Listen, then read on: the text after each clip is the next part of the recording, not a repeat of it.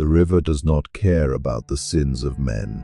It flows, constant and cold, carrying our prayers and our dead toward the sea. My name is Elric, and I build the vessels that keep our world moving. While the stonemasons build for eternity, I build for the moment, for the flow of the tide and the strength of the current. My day begins at the water's edge, where the scent of fresh-cut oak meets the damp mist of the riverbank. I work in the open air, under a timber lean-to that shakes with every gust of wind. Before me lies the keel, the spine of a new barge. It is a massive beam of solid oak, chosen for its natural curve. I run my hand along the grain, feeling the life that still lingers in the wood. To be a boat builder is to understand that wood is not a dead thing. It is a living ally that must be coaxed, bent, and persuaded to hold back the weight of the water. Wood is stubborn until it meets the heat. To shape the hull, I must teach the planks to follow the line of the river. We build long fires under the steaming boxes, or sometimes we just lay the heavy green planks over an open flame, soaking them constantly with river water. Listen to the sound of the yard. The wet wood hisses and groans as the steam forces the fibers to loosen. This is the most dangerous part of my craft. If the heat is too low, the plank will snap like a dry twig. If it is too high, the wood will char and lose its strength. I work with my brothers, using heavy wooden clamps and hemp ropes to pull the hot, steaming oak into a curve that defies its nature. It is a slow, agonizing process, a battle of wills between man, fire, and timber. When the plank finally settles into place and the wooden pegs, the trunnels, are driven home, you can feel the ship begin to take its shape. It is a skeleton of the forest, ready to be borne into the water. A boat is only as good as the space between its ribs. Once the hull is formed, the real work begins, the caulking. I spend my afternoons bent double, my knees in the mud, working with a caulking iron and a heavy mallet.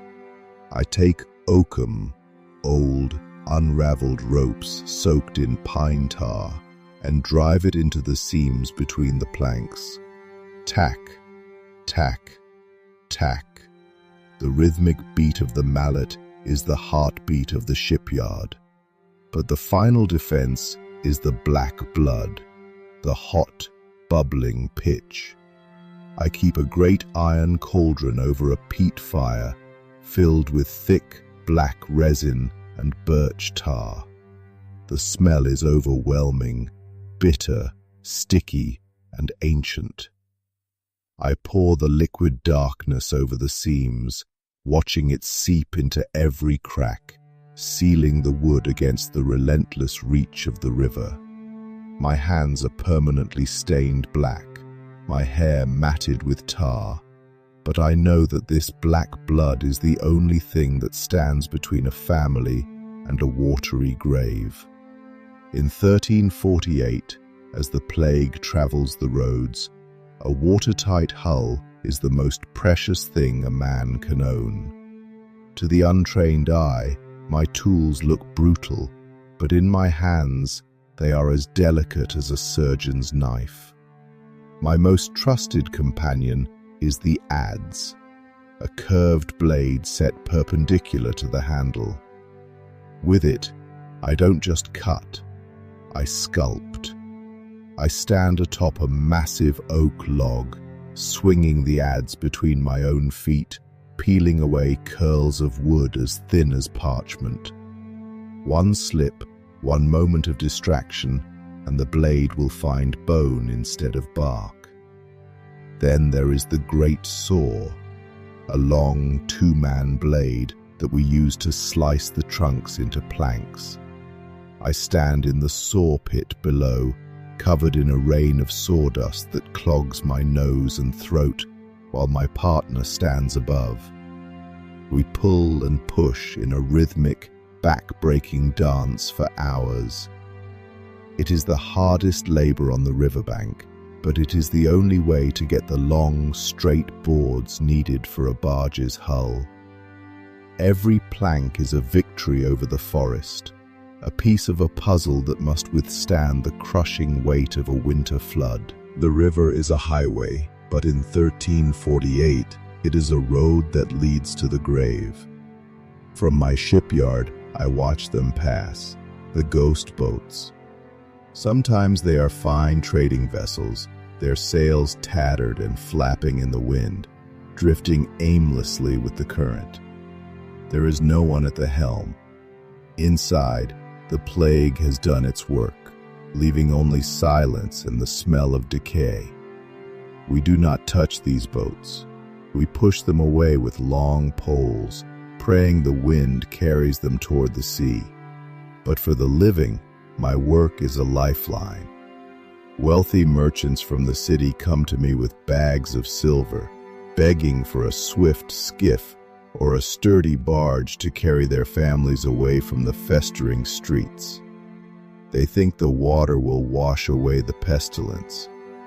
I take their coin, but I tell them, the river can carry you away from the town, but it cannot carry you away from yourself. I build the hulls as strong as I can, but I cannot build a defense against the air we breathe. The most terrifying and beautiful moment of my life is the launch. A boat is a land creature until the moment the wedges are struck. We grease the wooden slipways with heavy animal fat, the smell of rendered lard mixing with the scent of the river mud. With a chorus of rhythmic shouts, my crew and I heave against the hull. The boat groans, its wooden joints complaining as it feels the first pull of gravity. And then she slides. The sound of timber screaming against greased wood fills the air until, splash, the river claims her. We watch with bated breath. Will she sit level? Will the seams hold?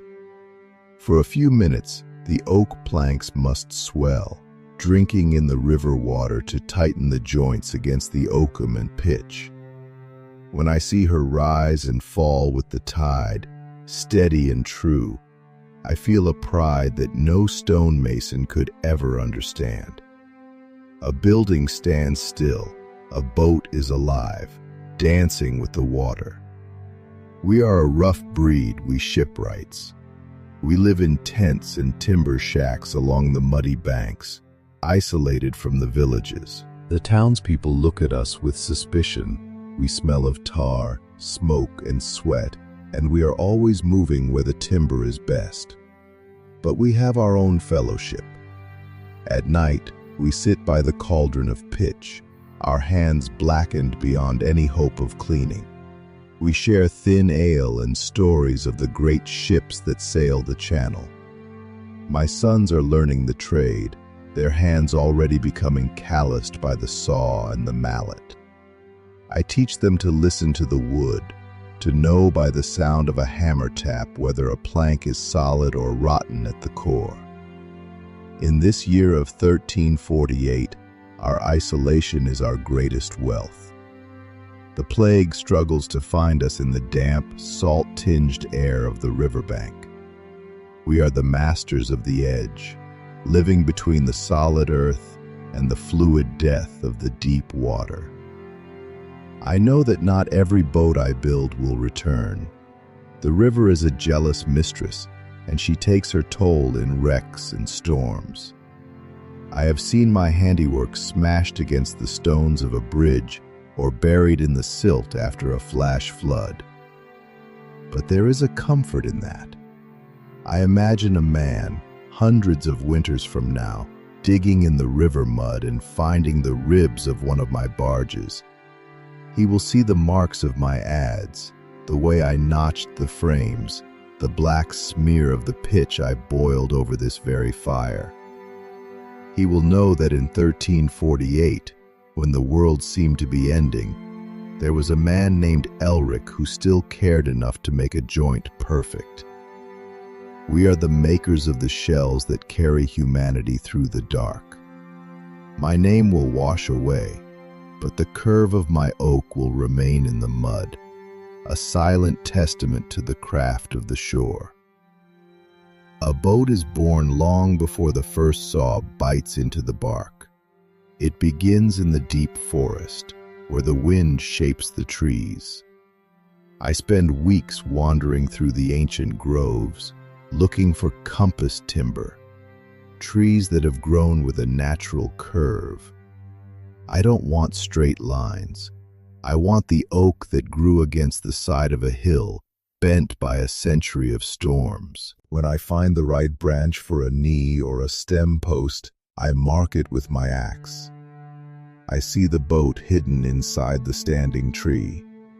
There is a sacredness to this selection. We ask the forest for its strongest sons to protect us from the water. In 1348, as men fall like dry leaves, the great oaks stand silent and immortal. Taking their wood feels like stealing a piece of eternity to build a fragile shell for the living. Iron is for landsmen. On the river, iron is a traitor. It rusts, it expands, and it rots the wood from within. We build our boats with trunnels, tree nails made of seasoned oak or locust wood.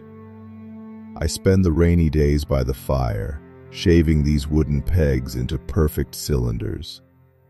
We drive them through the planks and into the frames, then we split the head of the peg and drive in a tiny wedge of harder wood. When the boat hits the water, the wood swells, locking the joint forever. It becomes one single, living body of timber. There is a deep satisfaction in the sound of a trunnel being driven home, a solid, musical thump that tells me the ship is tight. We don't need the blacksmith's forge. We have the strength of the grain and the logic of the wedge. The river is a greedy merchant. She always takes her commission. I've seen my finest work splintered against a hidden weir or crushed by a winter ice floe.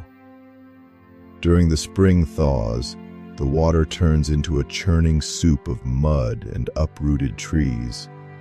I've spent nights standing in the freezing shallows, shoulder deep in the current, trying to lash my unfinished hulls to the shore as the river rose to swallow my shipyard. You learn to respect the weight of moving water. It is a force that can flatten a village or carry a mountain to the sea. My scars aren't just from my tools, they are from the river herself.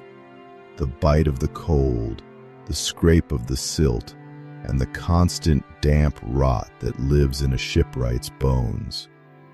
We build against the tide, knowing that in the end, the water wins. Every shipwright has a secret tongue, a way of marking the wood that only his kin can read. We use cutter marks, strange geometric scratches made with a race knife on the frames and planks. They tell us which piece goes where, how the bevel should be cut, and who laid the line. These marks are our library. We don't have books or parchments. Our knowledge is carved into the ribs of the boats. I am teaching my youngest son the rule of the oar, how to calculate the displacement of a hull using only a piece of string and a handful of pebbles. In this year of 1348, as the learned men in the universities die with their books in their laps, our secret geometry survives on the muddy banks. As long as there is wood and a man who knows how to mark it, the world will keep moving. In these dark days, the price of a boat has climbed higher than a manor house. I see the desperation in the eyes of the nobles who come to the shore. They offer gold chains and silken robes for a simple rowboat, anything to get their children away from the miasma of the towns. I've become a judge of sorts. I decide who gets a vessel and who stays on the shore. I try to be fair, but the hunger of the world is great. I've seen men fight in the mud over a leaky skiff. I take only what I need to feed my crew and buy the pitch, for gold is a heavy thing to carry if you have to swim. As I watch another barge vanish into the evening mist, loaded with silent, terrified people, I wonder if I am building instruments of escape or just floating islands for the doomed. But the hammer must keep falling. The river is waiting.